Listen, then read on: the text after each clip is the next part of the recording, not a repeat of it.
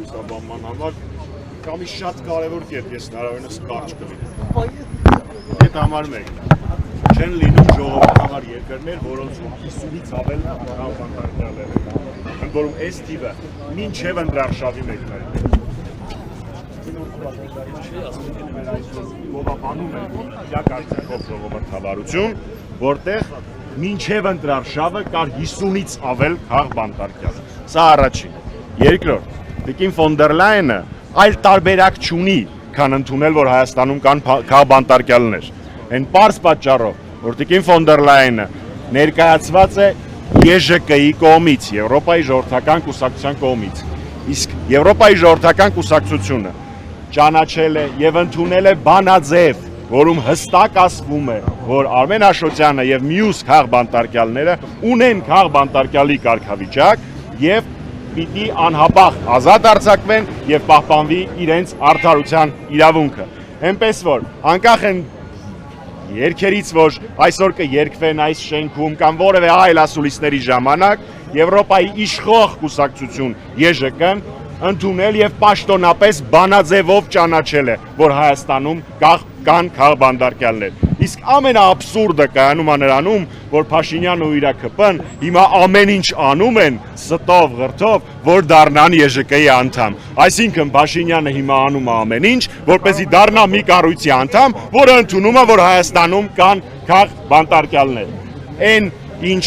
արվում է Հայաստանի հանդեպ որևէ առնչություն չունի ժողովրդավարության հետ, որևէ առնչություն չունի մարդու իրավունքների հետ եւ բացառապես ծառայում է աշխարհաքաղաքական Հայաստանի շահերի հետ կապ չունեցող շահերի սպասարկմանը։ Ահա այն է, թե ինչ է անում Փաշինյանը Հայաստանի հետ։ Հայաստանը դարձնում է աշխարհաքաղաքական խաղերի, բախումների հատերաբեմ արենա։ Սա որևէ լավ արդյունքի բերել չի կարող եւ աշխարհում չկա մի երկիր, պատմության մեջ չի եղել մի երկիր, որը որոշի իրեն, իր տարածքը, իր շահերը դարձնել աշխարհաքաղաքական բախումների, աշխարհաքաղաքական շահերի բախման կիզակետ ու դրանից շահած լինել։ Օրինակները շատ-շատ։ Պարոն Մամիկյանյան, դուք քաղ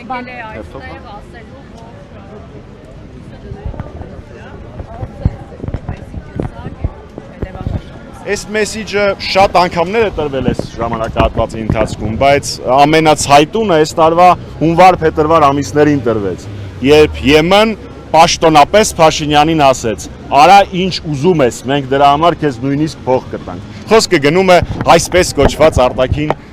ներազդեցության եւ այլնի հետ կապված։ Դրա հաջորդ արարը մենք տեսնում ենք հիմա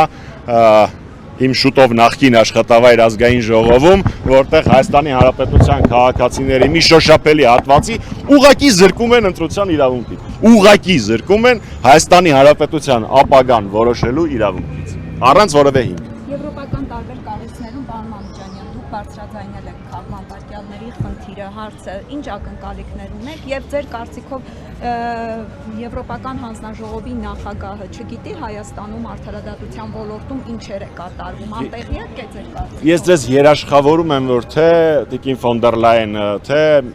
եվրոպական այլ պաշտոնյաներ, Հայաստանի հարցով զեկուցողներ, բոլորը շատ լավ գիտեն Հայաստանում ինչա տեղ ունենում։ Ա, որովհետև իրենք աչքեր ունեն եւ կարդալ գիտեն, բ, որովհետև ես եւ իմ գործընկերները դրա մասին իրենց գրավոր, բանավոր, ելույթներով, բոլոր հնարավոր եւ անհնար միջոցներով տեղեկացրել ենք։ Այնպես որ չիմանալու մասին խոսք գնալ անգամ չի կարող։ Այստեղ խնդիրը այլ է։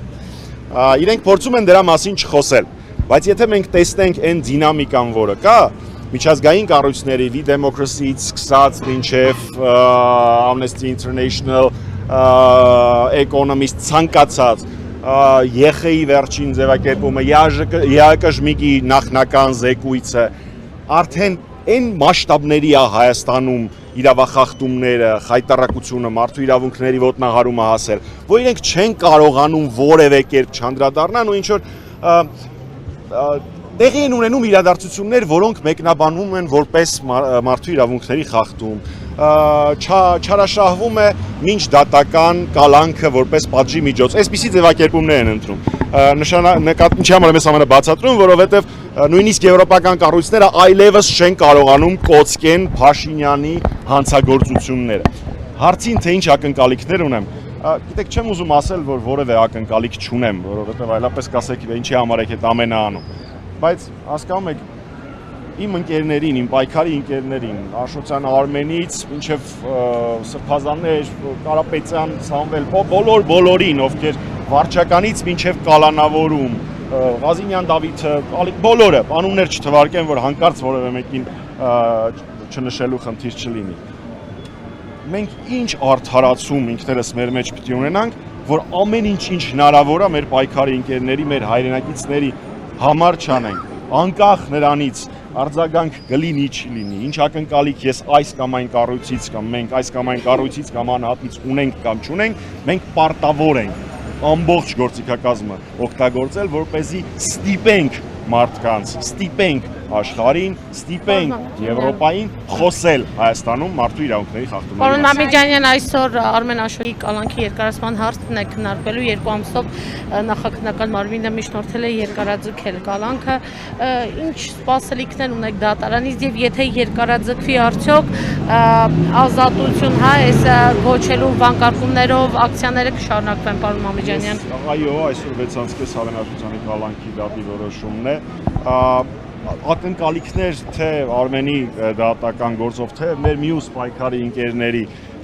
պարագայում ես եկեք չբարձրաձայնեմ, բայց այն մարդիկ, ովքեր հիմա անազատության մեջ են,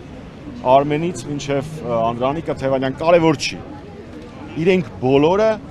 պայքարին դրել են ամենաթանկը, ազատությունը, իրենց ազատություն։